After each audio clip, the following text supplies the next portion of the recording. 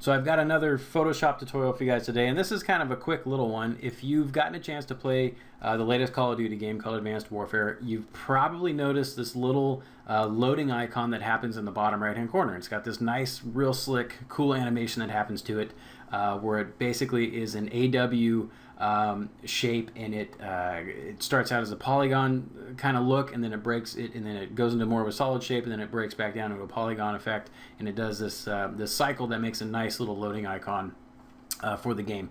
So I wanted to create something similar that we could just use as a static layer style for a typeface and kind of mimic that, and it's a pretty cool little effect, so I thought I'd just give it a shot and see if we can find a quicker way to do this, kind of like so. So it's not perfect like they have in that icon. That animation was built specifically for that, but we're going to do something where that you're looking at on screen, where we're going to kind of create something you can just kind of layer onto some typeface and make something similar. So let's go ahead and jump in. And the first thing you want to do is probably grab some sort of typeface that is sans serif and blocky is basically what you're looking for. I'm going to create a new document though. I'm going to go ahead and open up a document that's 1280 by 720, and the resolution is 72 DPI. So let's go ahead and load that. And the typeface I'm using is one called Montserrat.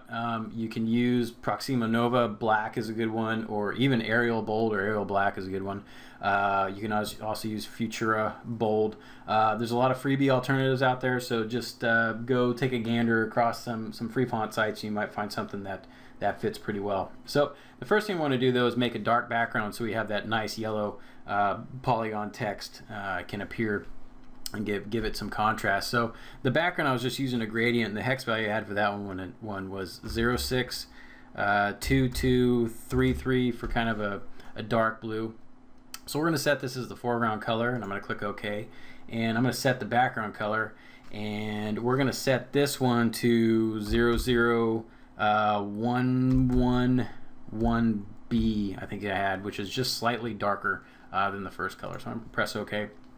Now let's go ahead and go to our gradient tool to the left hand side if that's where your tools palette is. We want to make sure that we have foreground and background chosen for the presets here. So I'm going to click OK there, and then I'm just going to use the radial option here. So radial gradient, and then I'm just going to drag out from the center something like that. So you're getting this kind of real dark blue spotlight effect, and we're going to build off of that. The next thing we're going to do is just go ahead and add some noise. I like to add noise. It always gives texture to the overall look. So filter, noise, add noise, and we probably want to do about 3%. Distribution would be Gaussian, and we want monochromatic checked on. And actually, now I see that, let's knock this down to 2%. Yeah, I think that'll work. So I'm pressing OK. Now we want to just grab our type tool, and we're going to type out anything. I was just using Warfare, all caps, and I can't see it because it's blue. So let's go ahead, and I'm going to turn the text white for now, just so we can see it. And you probably want to adjust some kerning and whatever to try to tighten up the text or get it to wherever you want it, but for now I'm just going to do something like this. So the next thing we need to do is make 3 copies of this, and the easiest way to do that is to just press on a PC Control-J twice, and if you look at the layers palette, you'll see you've just created 2 more copies of the Warfare layer that we just made. Let me kind of move this so we can see the entire layers palette if needed. All right, so let's go ahead and toggle the visibility off on the bottom too, just so we can see the top one. And the first thing we want to do to the top one is there's this little kind of stroke or outline treatment that happens to it. So I'm going to come down here to my layer effects, and I'm going to open up the stroke layer effect. And it's a bright yellow that they use, so I'm going to do something similar. So the size for this resolution, we just want 1 pixel. We want the position inside. The blend mode should be normal. And for color, let's go ahead and click on this. And the color I was using, I think, was this. Let's double check this one. So it's F7F76C. And so you can just click OK there. And it's going to be hard to see. So let's go up here to the very top where it says Blending Options Default. If you click on that, you actually do get some options here, and under Advanced Blending you can turn the fill opacity all the way down to 0. So what that is, that takes the original layer and basically gets rid of everything until all you see is the layer effects. So what we're doing is we just got rid of the solid color on our text. So I'm going to press OK, and you're going to see we just have now just the outline of our text there. So next thing we want to do is create a pattern that we're going to use to replicate and layer on top of these type faces. So I'm going to just kind of zoom in once, and I want to make a polygon that's about the width of, say, the stem here of the F. So we want something, I'm just taking a selection, it's about 25 pixels in diameter, or not diameter, 25 pixels wide by 25 pixels tall. So we're going to create something similar like in that size. So the first thing I want to do is, while holding shift and I've got the rectangular marquee tool, let's create a new layer first. So that's Control Shift in, and that'll bring up the new layer dialog, and you can press OK, or you can always go up to Layer, New Layer, and that'll do the same thing. So let's hold shift and drag out our rectangular marquee tool here, and we're going to drag it out to 25 by 25 pixels. All right, now it doesn't really matter what color you're going to fill this with. We're gonna fill this real quick because we're going to use the same process where we just drop out the color anyways. So let's go ahead and just press Control Delete, and that's going to fill this with our current background color.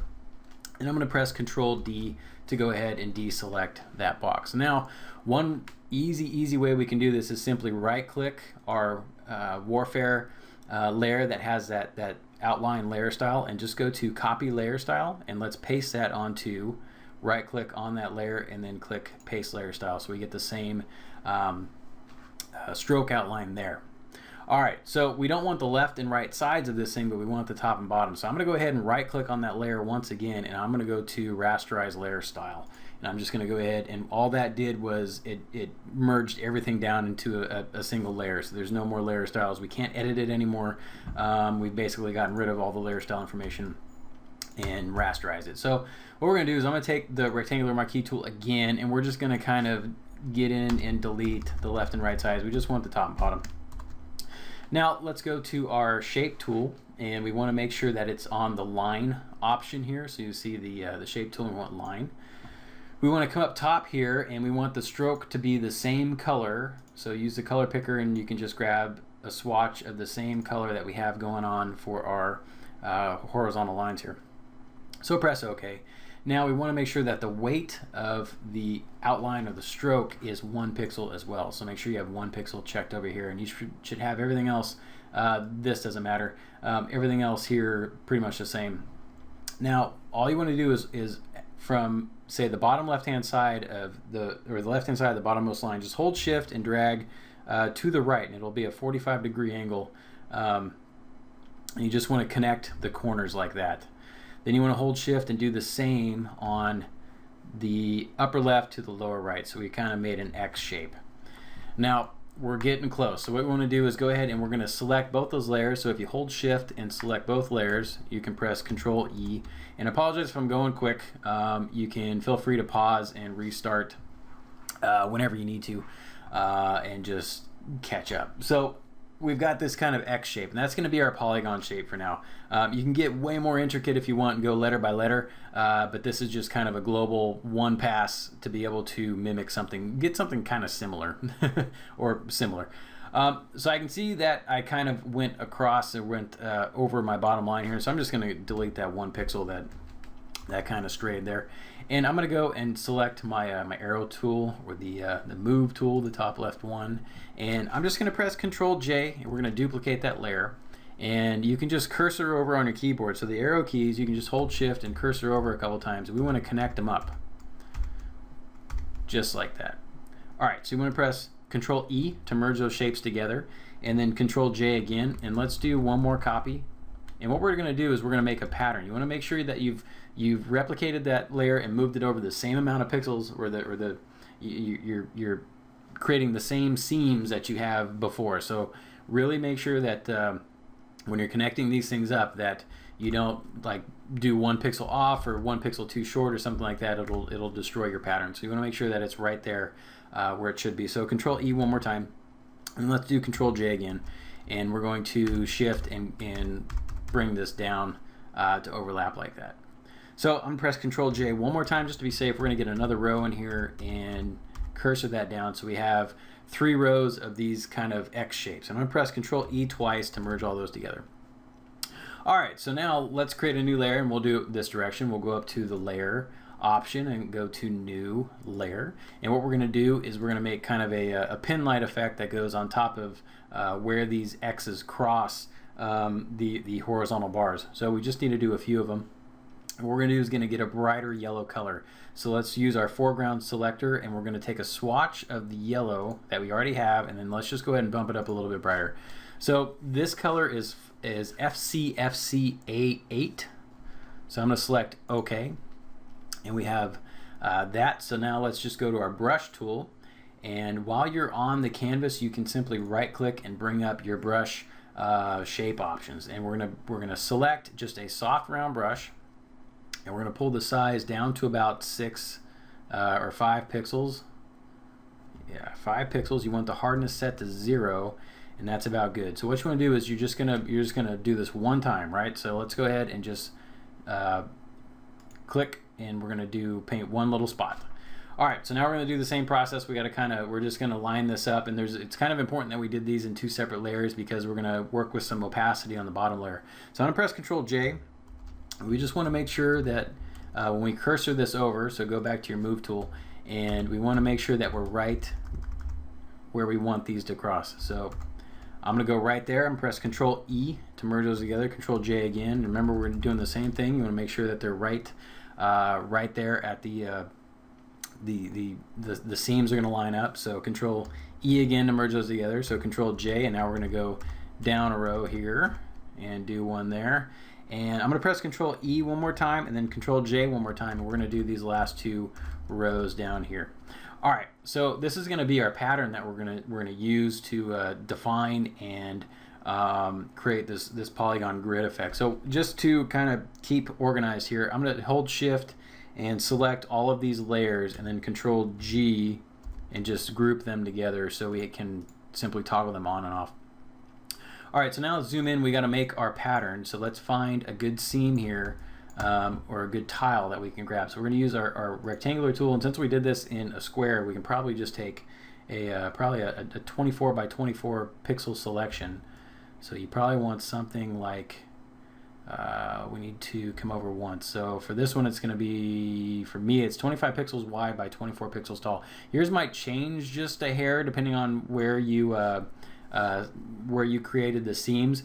But if you can see, what I'm looking at here is of this square, you can tell that the left side of the square should seam up with the right side. So you see this one little pixel that went dimmer, that's what I'm using as my stop point. So our pattern is going to be what's in this selection we have here. So since I'm starting at this little dimmed out pixel, I don't want it to repeat again, so that's where I stopped. So I stopped the selection before I went into the next one. And then vertically, we have the first horizontal row, which is going to repeat again, so we don't need the bottom one, if that makes any sense. So the next thing we need to do is go ahead and let's toggle off the visibility to everything except our pattern. All right, and then we'll go back into the group here, and our bottommost polygon shape, we're going to select that, and we're going to drop the opacity down to about 60%. There we go.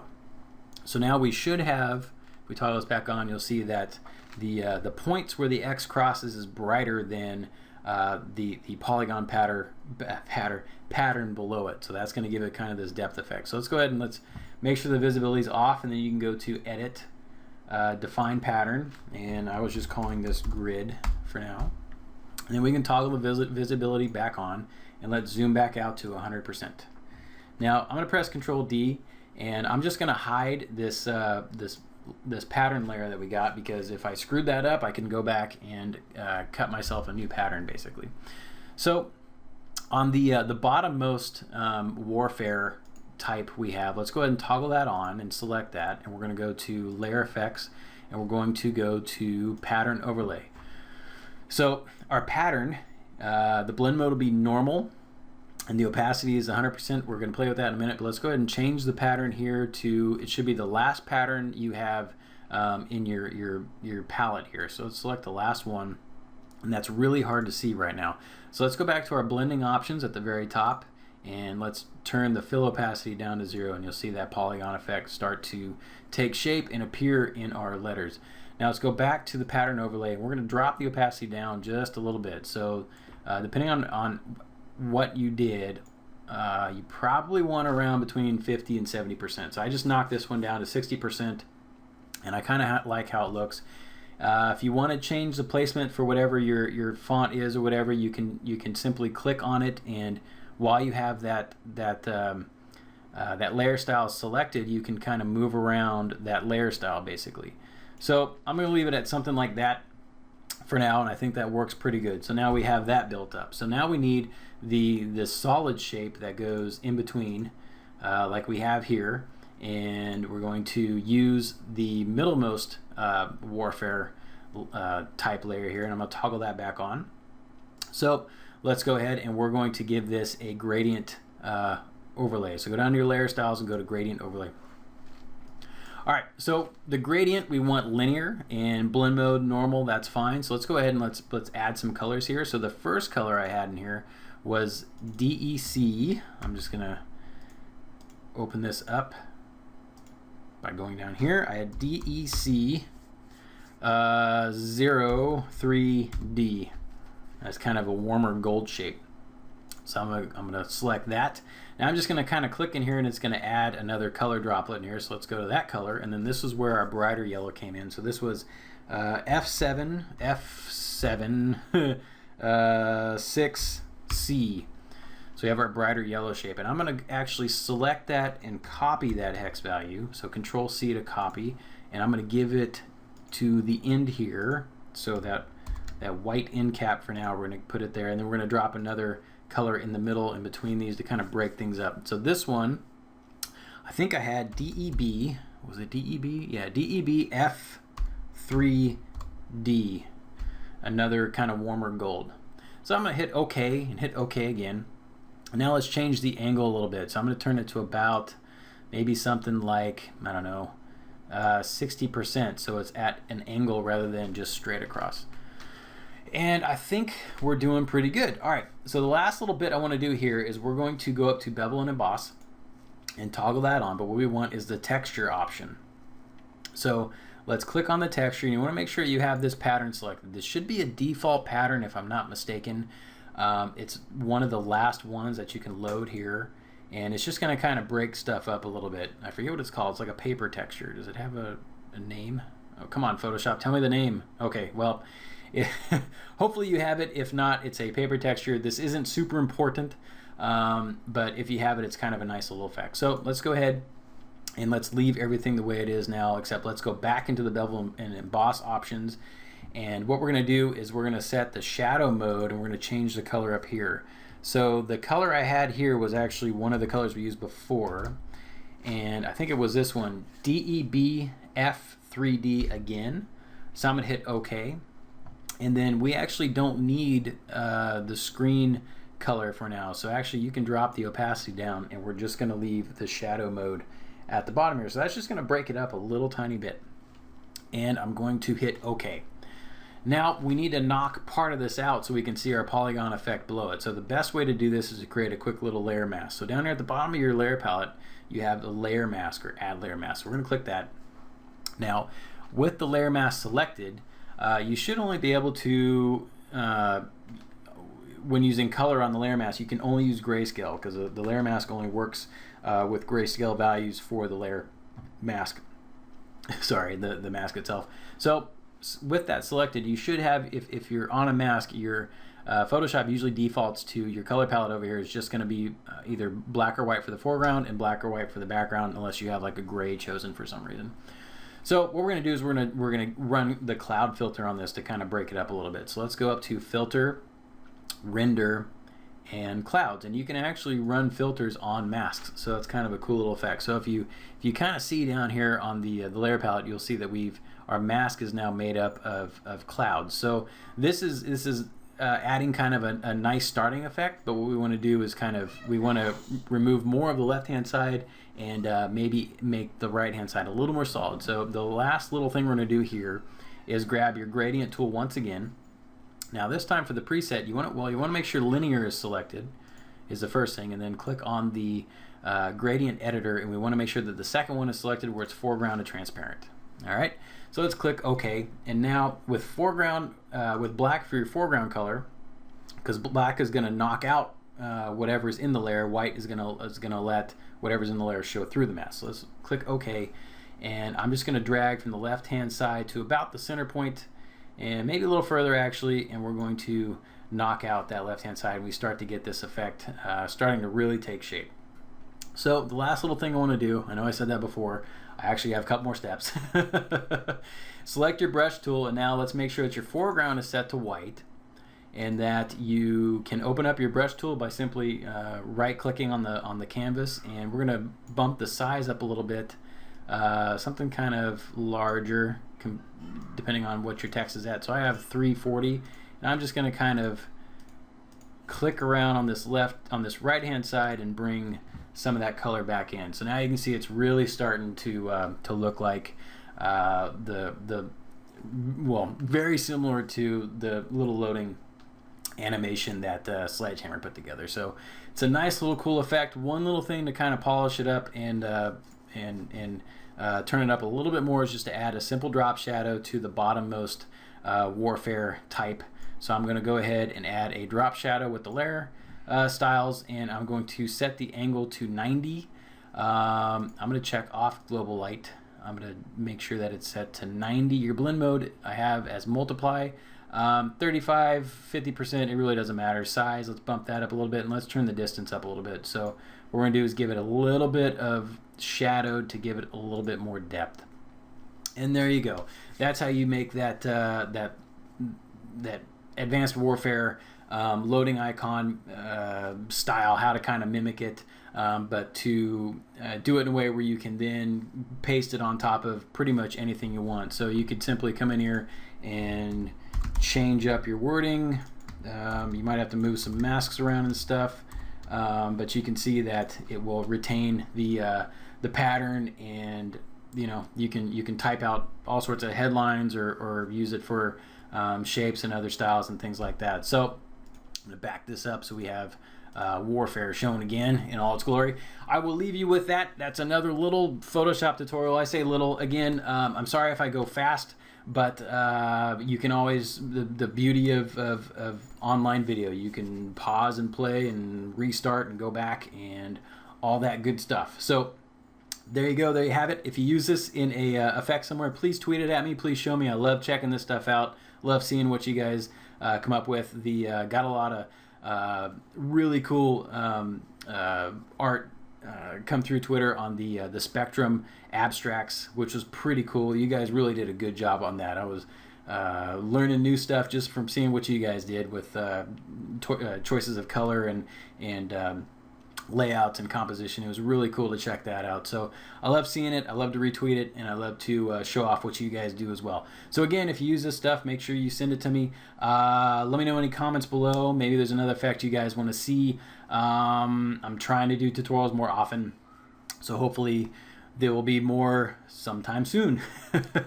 Thanks for tuning in, and I will catch you all next time. Later.